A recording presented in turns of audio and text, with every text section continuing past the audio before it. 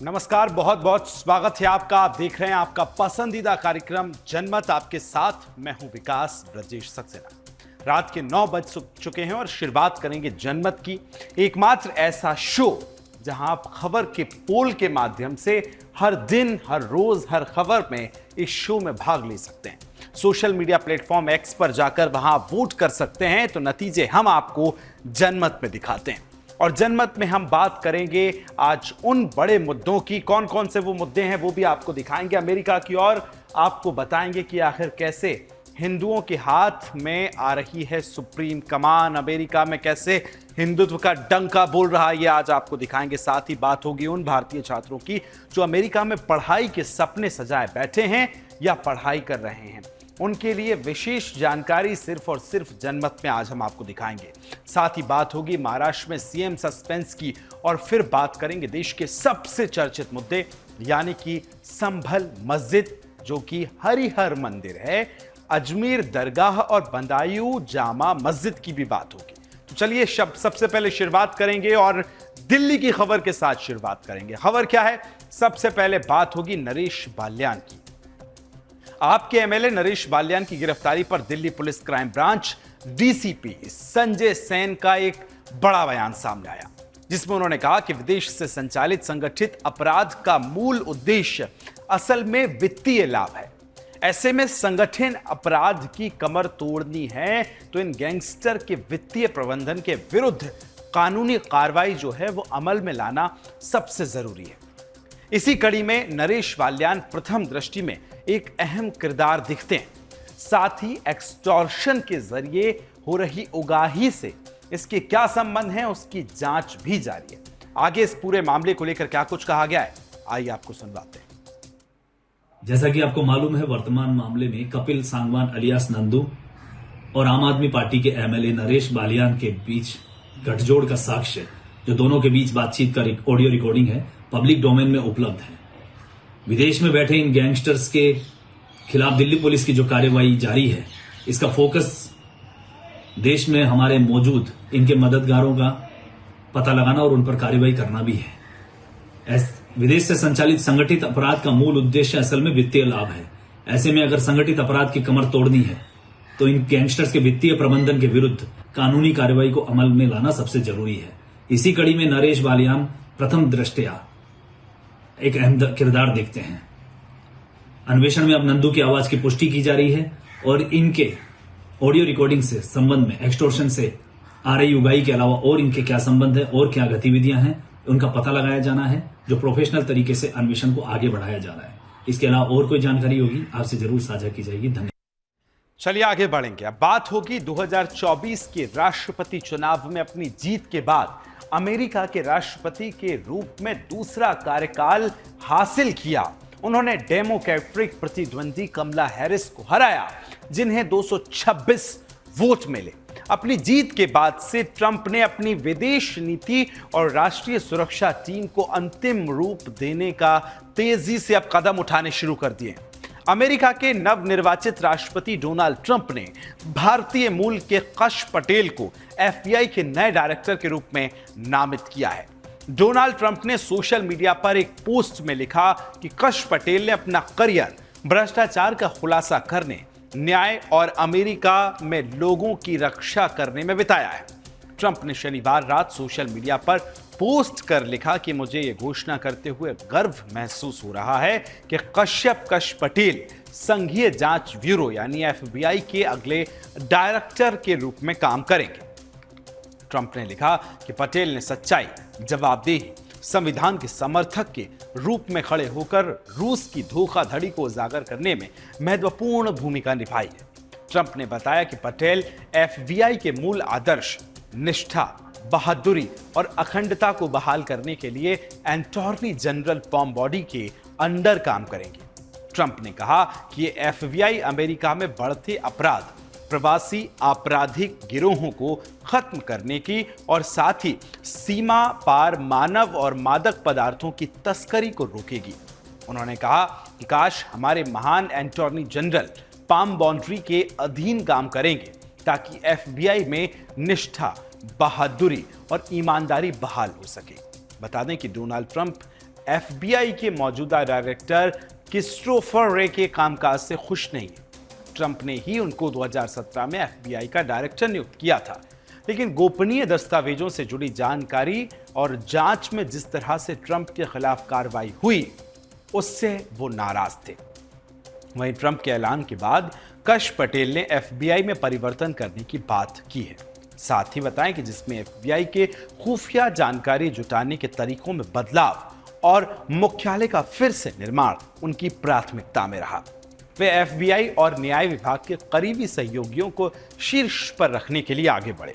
कश पटेल ने क्रिस्टोफर रे की जगह अब लेने वाले हैं, जिन्हें 2017 में ट्रंप द्वारा नियुक्त किया गया था, लेकिन जल्दी ही वह राष्ट्रपति और उनके सहयोगियों के पक्ष से बाहर हो गए हैं। हालांकि ये पद 10 साल के लिए कार्यकाल होता है, लेकिन ट्रंप द्वारा उनकी और एफबीआई की लंबे समय से चल रही सार्वजनिक आलोचनाओं को देखते हुए रे को हटाया जाना अप्रत्याशित नहीं था। ऐसे में दस्तावेजों के लिए उनकी फ्लोरिडा संपत्ति की खोज और 2 जांच भी इसमें शामिल की गई, जिसके परिणाम स्वरूप उन पर भी अभियोग लगाया गया।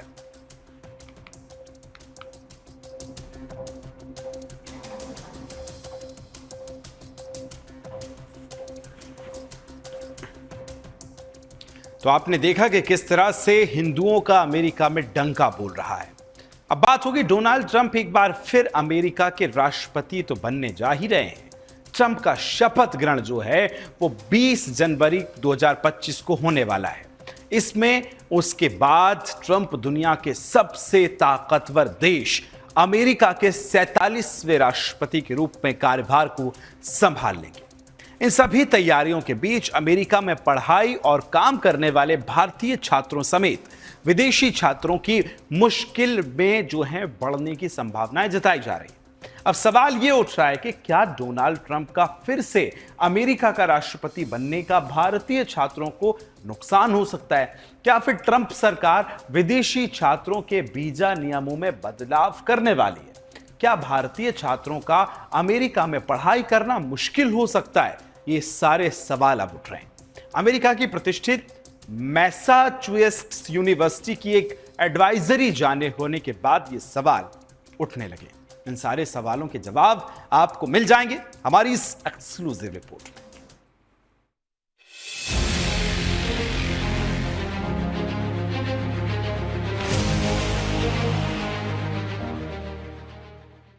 ट्रंप के राष्ट्रपति बनते ही बढ़ेगी भारतीय छात्रों की मुसीबतें। क्या फिर से होंगे विदेशी छात्रों के वीजा नियमों में बदलाव? क्या भारतीय छात्रों का यूएस में पढ़ाई करना होगा मुश्किल?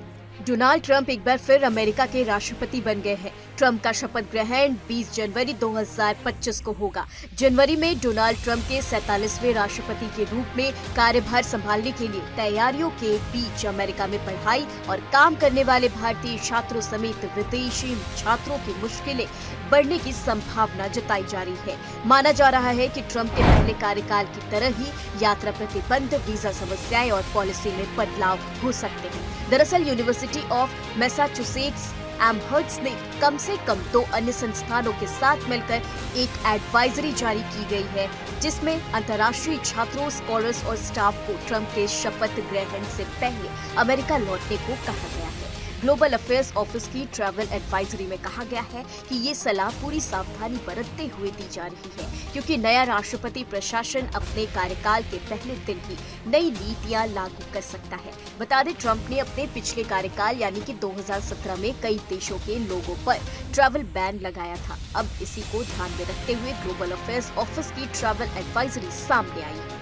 ग्लोबल अफेयर्स ऑफिस की ट्रैवल एडवाइजरी, नया राष्ट्रपति प्रशासन पहले दिन ही नई नीतियां लागू कर सकता है, जैसा 2017 में हुआ था। वेस्लेयन यूनिवर्सिटी के कॉलेज के समाचार पत्र वेस्लेयन आर्गस की माने तो यूनिवर्सिटी के अंतर्राष्ट्रीय छात्र मामलों के कार्यालय ने अपने छात्रों को इसी तरह का मार्गदर्शन जारी किया था। कथित तौर पर कार्यालय से एक ईमेल भी लिखा था कि देश में फिर से वापस आने में कठिनाई से बचने का सबसे सुरक्षित तरीका 19 जनवरी को और उसके बाद के दिनों में अमेरिका में मौजूद रहना है। मैसाचुसेट्स इंस्टीट्यूट ऑफ टेक्नोलॉजी यानी कि MIT के एसोसिएट डीन डेविड एल्वेल ने वीजा प्रक्रिया में संभावित देरी और नई नीतियों को लागू होने पर अमेरिका से बाहर रहने से जुड़े जोखिमों की चेतावनी दी है। MIT डीन की सलाह, नीतियों, विनियमों और कानून में बदलाव हो सकते हैं, उच्च शिक्षा, इमिग्रेशन, वीजा स्टेटस को प्रभावित करते हैं। 2017 में क्या हुआ था जिसकी वजह से डर सता रहा है, चलिए वो भी समझाते हैं। दरअसल ट्रंप के पहले कार्यकाल में इमिग्रेशन पॉलिसी में बहुत ज्यादा बदलाव देखा गया है, जिसकी वजह से विदेशी छात्रों पर काफी असर पड़ा। जनवरी 2017 में ट्रंप ने अपने कार्यकाल के 7वें दिन ही एक कार्यकारी आदेश पर साइन किया, जिसके जरिए 7 मुस्लिम बहुल देशों के नागरिकों की देश में एंट्री बैन कर दी गई। बाद में इस बैन के दायरे में वेनेजुएला और उत्तर कोरिया जैसे देश भी शामिल किए गए। इस वजह से एयरपोर्ट पर अफरा तफरी मच गई और कई यूनिवर्सिटीज के स्टाफ विदेश में फंस गए। हायर एजुकेशन करने वाले भारतीय छात्रों के लिए अमेरिका सबसे पसंदीदा देश बना हुआ है। 2023-24 में चीन को पीछे छोड़कर अंतर्राष्ट्रीय छात्रों के मामले में भारत पहले नंबर पर आ गया है। ओपन डोर्स 2024 रिपोर्ट के अनुसार 3,31,602 भारतीय छात्रों ने अमेरिकी संस्थानों में दाखिल लिया, जो पिछले साल की तुलना में 23% की बड़ी वृद्धि को दर्शाता है। अब अमेरिका में भारत और विदेशी छात्रों पर संकट मंडराएगा या नहीं, ये तो ट्रंप के राष्ट्रपति बनने के बाद उनकी पॉलिसीज पर निर्भर करेगा। Bureau report, Sudarshan news.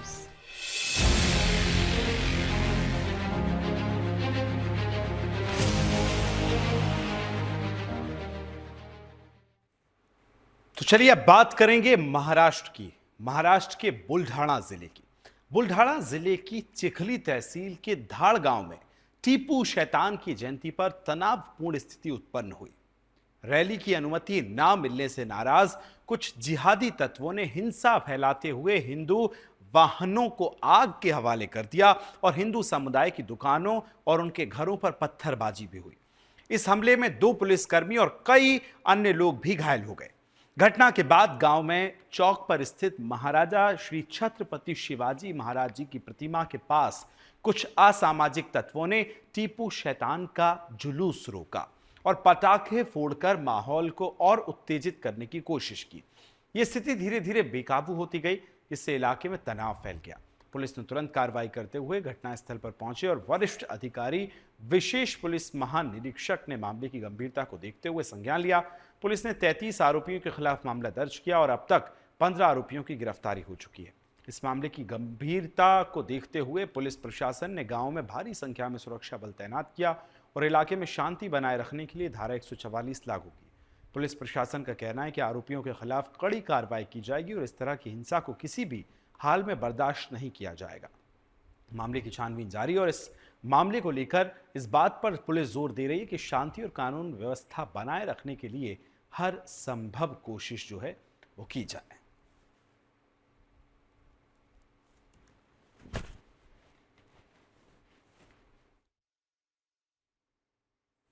तो महाराष्ट्र के बुल्ढाणा में किस तरह से हंगामा हुआ ये आपने देखा है। चलिए अब आगे बढ़ेंगे, बात होगी महाराष्ट्र के महासस्पेंस की। जी हां, महाराष्ट्र के मुख्यमंत्री को लेकर जनता का इंतजार और महायुति का मुख्यमंत्री पर विचार दोनों बरकरार है। अब बड़ा सवाल यह कि किसको महाराष्ट्र की जिम्मेदारी आखिर मिलनी है, किसके साथ शपथ लेने की किसकी बारी है, यह भी सस्पेंस बरकरार है। महाराष्ट्र चुनाव परिणामों के नतीजों को आज पूरा हफ्ता बीत गया है, तकरीबन 1 हफ्ता हो चुका है और इसी के साथ शपथ की तारीख का भी ऐलान हो चुका है। लेकिन इंतजार है तो बस एक नाम का, जिसका सबको बेसब्री से इंतजार है। दरअसल महाराष्ट्र में महायुति की महाविजय के बाद किसी ने यह नहीं सोचा था कि मुख्यमंत्री के चेहरे को लेकर इतना समय लग जाएगा। दिल्ली में बैठक के बाद महाराष्ट्र के मुख्यमंत्री को लेकर सस्पेंस जो है वो अभी भी कायम है। अमित शाह और जेपी नड्डा के साथ हुई बैठक के बाद एकनाथ शिंदे ने अच्छी और सकारात्मक बात का दावा किया। एक बार फिर आपको वो बयान सुनवाते हैं जिसमें एकनाथ शिंदे ने सकारात्मक दावे किए थे और किस तरीके से एकनाथ शिंदे के इस दावे का स्वागत फडणवीस ने किया था। सुनवाते हैं। हमारी महायुति में कभी भी कोई एक दूसरे के प्रति अलग मत ये रहा नहीं है। हमने हमेशा साथ में बैठकर निर्णय किए हैं और चुनाव से पहले भी हमने कहा था कि चुनाव के बाद साथ में बैठकर निर्णय करेंगे। कुछ लोगों के मन में जो शंकाएं थी उनको दूर करने का काम सम्माननीय एकनाथ शिंदे जी ने किया है। जल्द ही हम हमारे नेताओं के साथ बैठेंगे और उचित निर्णय करेंगे। एनडीए के लीडर कौन है? मोदी जी है, अमित भाई है। तो उनको कहा कि मैंने अमित भाई जी को भी फोन किया, मोदी जी को भी फोन किया। सरकार बनाने में हमारी तरफ से कोई भी रुकावट, कोई भी अड़चन, कोई भी कुछ भी किसी भी तरह का अड़ंगा नहीं है। आप बेशक आप निर्णय ले लो, उस निर्णय की तामील हो जाएगी, निर्णय की अमल हो जाएगी। और मैं आज आप सबको कहता हूं कि भारतीय जनता पार्टी के वरिष्ठ नेता जो निर्णय लेंगे मुख्यमंत्री पद के बारे में, जो उनका कैंडिडेट होगा, उसको हमारा शिवसेना का पूरी तरह समर्थन है, पूरी तरह हमारा पाटिंबा उनको है। ये आपको बताने के लिए मैंने आज सबको बुलाया। लेकिन इसके बाद दिल्ली में तीनों दलों के नेताओं की अमित शाह के साथ बैठक हुई, जिसके बाद शिंदे मुंबई आए, लेकिन शुक्रवार को अचानक दोपहर को वो सतारा स्थित अपने गांव चले गए। लेकिन अब सरकार में मुख्यमंत्री के ऐलान की देरी के सवाल पर भी उन्होंने जवाब दे दिया है। क्या कुछ कहा, सुनवाते हैं। सवाल ये उठ रहे हैं सर, अपोजिशन की तरफ से सवाल ये उठ रहे हैं कि तारीख घोषित हो गई है, स्थल घोषित हो गया है, पर सीएम अभी तक घोषित नहीं किया। अरे भैया, उनकी कल मीटिंग है ना विधानमंडल पक्ष की, उनकी मीटिंग है, उसमें तय हो जाएगा। क्यों चिंता करते हो? 5 तारीख तो हुई है, तो आप चिंता मत करो, सब बराबर हो जाएगा। सवाल ये उठ रहे हैं सर, अपोजिशन की तरफ से सवाल ये उठ रहे हैं कि तारीख घोषित हो गई है, स्थल घोषित हो गया है, पर सीएम अभी तक घोषित नहीं किया। अरे भैया, उनकी कल मीटिंग है ना विधानमंडल पक्ष की, उनकी मीटिंग है, उसमें तय हो जाएगा। क्यों चिंता करते हो? 5 तारीख तो हुई है, तो आप चिंता मत करो, सब बराबर हो जाएगा। तो बयानों का सिलसिला जारी है, लेकिन इसी के साथ महाराष्ट्र भाजपा अध्यक्ष चंद्रशेखर बावनकुले ने बताया कि महाराष्ट्र में महायुति को ऐतिहासिक विजय के बाद महायुति सरकार का शपथ ग्रहण समारोह प्रधानमंत्री नरेंद्र मोदी की उपस्थिति में मुंबई के आजाद मैदान में 5 दिसंबर को शाम 5 बजे होना है। वहीं दूसरी तरफ मुख्यमंत्री के नाम के ऐलान से पहले शपथ ग्रहण समारोह की तारीख आने पर शिवसेना युविटी के नेता आदित्य ठाकरे ने कहा कि राज्यपाल के कार्यालय से शपथ ग्रहण समारोह की तारीख तय होती है। हमारे देश में कोई सिस्टम बचा है कि नहीं? किसी को सरकार बनाने का दावा करना पड़ता है, बहुमत दिखाना पड़ता है और फिर सब तय होता है। क्या कुछ आदित्य ठाकरे ने कहा, आइए सुनवाते हैं। गवर्नर के ऑफिस से आती है। कब से हमारा देश ट्विटर पे चलने लगा है, तो जो भी ओथ ले उनको हमारी शुभेच्छा है। लेकिन ये पूरी अनारकी होने लगी। कोई सिस्टम है कि नहीं हमारे देश में? ये किसी ने जाके क्लेम करना पड़ता है, फिर कहना पड़ता है कि हम गवर्नमेंट बनाएंगे, सरकार बनाएंगे, आंकड़े दिखाते हैं और फिर ये सब तय होता है। तो अभी कुछ हुआ है? ब्रेक से पहले आपने देखा कि आदित्य ठाकरे का बयान और उसमें राज्य पे सरकार गठन की देरी पर एनसीपी प्रमुख अजित पवार ने कहा कि महायुति नेता की दिल्ली में बैठक के दौरान ये निर्णय जो है वो लिया गया है। महायुति भाजपा के मुख्यमंत्री के साथ सरकार बनाएगी और शेष 2 दलों के उप मुख्यमंत्री होंगे। ये पहली बार नहीं हो रहा है कि जो देरी हो रही हो। अगर आपको याद हो तो 1999 में भी सरकार के गठन में 1 महीने का समय जो है वो लग गया था। अब इन बयानों के आधार पर एक बात तो साफ है कि महायुति में कोई मतभेद या अनबन नहीं है। सरकार बनाने के लिए रास्ता जनता ने साफ कर दिया है। अब महाराष्ट्र गद्दी पर कौन बैठेगा इसका फैसला दिल्ली से होगा, लेकिन 100 बात की एक बात यह है कि महासस्पेंस के द एंड जो है वो कब होगा, ये देखने वाली बात है। कल बैठक है, बैठक में क्या कुछ बड़ा निकलता है ये देखना भी दिलचस्प होगा। और सीएम पर जो सस्पेंस है वो उसको लेकर जो लड़ाई चल रही है या बातचीत की जाए तो वो भी मुंबई से लेकर दिल्ली तक फिलहाल चलती नजर आ रही है।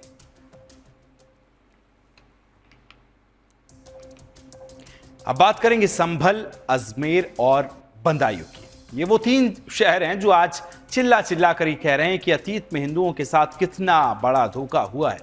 जिन हिंदुओं को आज भी गंगा जमुनी तहजीब के नाम पर ठगा जा रहा है, अजमेर की दरगाह और संभल जामा मस्जिद अब कटघरे में थे, लेकिन वहीं बदायूं में भी अब जामा मस्जिद के ऐतिहासिक फर्जीवाड़े का सामना हो गया है। जी हाँ, उत्तर प्रदेश के संभल के बाद अब बदायूं जिले की जामा मस्जिद को लेकर हिंदू पक्ष ने दावा किया कि असल में यह पौराणिक नीलकंठ महादेव का मंदिर है। इसे लेकर हिंदू पक्ष ने जिला अदालत में याचिका दायर की है, जिसकी अगली सुनवाई मंगलवार यानी 3 दिसंबर को होगी। लेकिन संभल, अजमेर और बदायूं की बात होने पर उनके पेट में दर्द शुरू हो गया है, जिनको हिंदुओं को अंधों की तरह मजारों पर चादर चढ़ाते देखना अच्छा लगता है। जिनको हिंदू मुस्लिम एकता का राग अलापने सेक्युलर हिंदू अच्छे लगते हैं। वहीं जब हिंदू एक होकर अपने सांस्कृतिक और ऐतिहासिक धरोहरों के साथ हुई बर्बरता पर न्याय मांग रहा है, तो आज वो गैंग हिंदू एकता से बेचैन हो गया है। दर्शकों, हम जिस गैंग की बात कर रहे हैं उसमें सिर्फ और सिर्फ जिहादी और देशद्रोही ही नहीं है, बल्कि इसमें कांग्रेस, पीडीपी, एआईएमआईएम और सपा जैसी उन तमाम पार्टियों के नेता भी शामिल हैं जो अपने चंद मुस्लिम वोटर्स को खुश करने के लिए हिंदुओं को छल रहे हैं।